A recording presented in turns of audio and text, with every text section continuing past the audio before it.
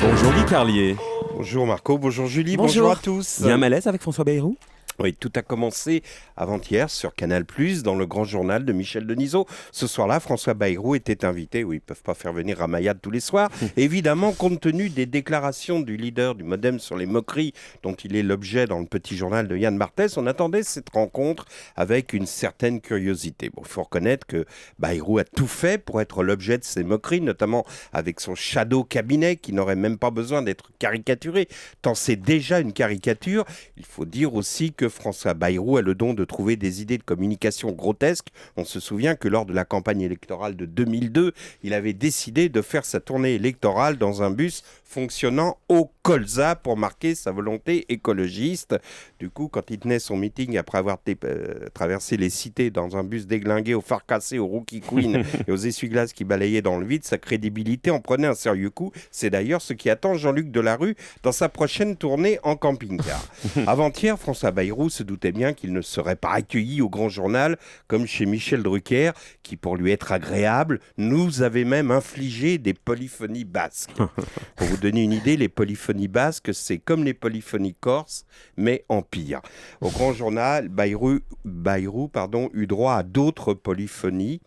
On lui fit entendre notamment les propos terribles que Roselyne Bachelot avait prononcés la veille, affirmant qu'il était le fossoyeur du centrisme, puis un crash test où 4 éditorialistes unanimes affirmèrent que Bayrou n'avait aucune chance de faire en 2012 son score de 2007, puis Jean-Michel Apathy fit une analyse politique terrible de la situation de Bayrou et on sentait que chacune de ces flèches faisait mouche, au point que Bayrou faisait penser à ce tableau qui s'appelle Le Martyr de Saint-Sébastien, où on voit le saint affaissé, attaché à une colonne dorique percée de flèches. Puis vint Yann Barthès. Habituellement, les politiques qui se font allumer dans le petit journal donnent le change en rigolant, même si intérieurement, ils ont envie de tuer Barthès, un peu comme ceux qui se rendent au Gérard de la télé pour recevoir leur parpaing, vous voyez, du genre, regardez comme je suis beau joueur, alors qu'ils sont évidemment humiliés. Mais ce soir-là, Bayrou n'a pas été beau joueur, et assez bêtement, il a nié avoir prononcé la veille les propos que lui prêtait Yann Barthès.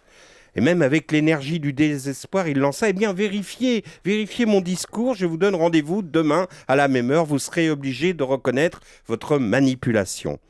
À un certain flou dans son regard, on sentait qu'il n'y croyait pas et qu'il regrettait déjà ce rendez-vous qu'il savait perdu d'avance. Et à cet instant, c'est nous qui ressentions un malaise en voyant cet homme perdre pied dans cette émission et finir par essayer de s'en sortir grossièrement, ce qui nous a craindre le pire s'il arrivait à la présidence face à une crise. Heureusement, Ariane Massenet arriva juste derrière en demandant « On va procéder à un nouveau lâcher d'ours dans le Béarn, qu'est-ce que vous en pensez ?» Du coup, ce havre de conneries dans un océan de tension le déstabilisa. Il voulut se lancer dans un grand discours qu'il commença en disant « D'abord, pourquoi y a-t-il des ours dans les Pyrénées ?» On lui fit comprendre qu'on n'avait pas le temps et puis surtout qu'on se foutait complètement des ours des Pyrénées et PPD annonça les guignols. Dans la nuit qui suivit, on apprit que François Bayrou avait fait un malaise après avoir quitté le plateau de Canal et qu'il était hospitalisé au Val-de-Grâce. Ce malaise est un acte manqué, un peu comme si le corps de Bayrou avait cherché une solution pour échapper au rendez-vous du lendemain, un peu comme lorsqu'à l'école on a rendu un mauvais devoir que le prof va rendre le lendemain et qu'on espère qu'il sera malade ou que soi-même on sera malade.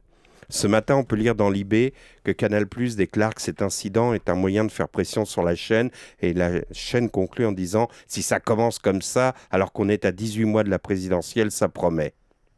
Ce matin, François Bayrou est au Val-de-Grâce. Il soigne les plaies des flèches que lui ont envoyées Canal+. Alors, pour l'aider à cicatriser, voici quelques secondes de polyphonie basque. Oui, je sais, c'est insupportable, mais c'est comme l'huile de foie de morue, c'est pour un malade.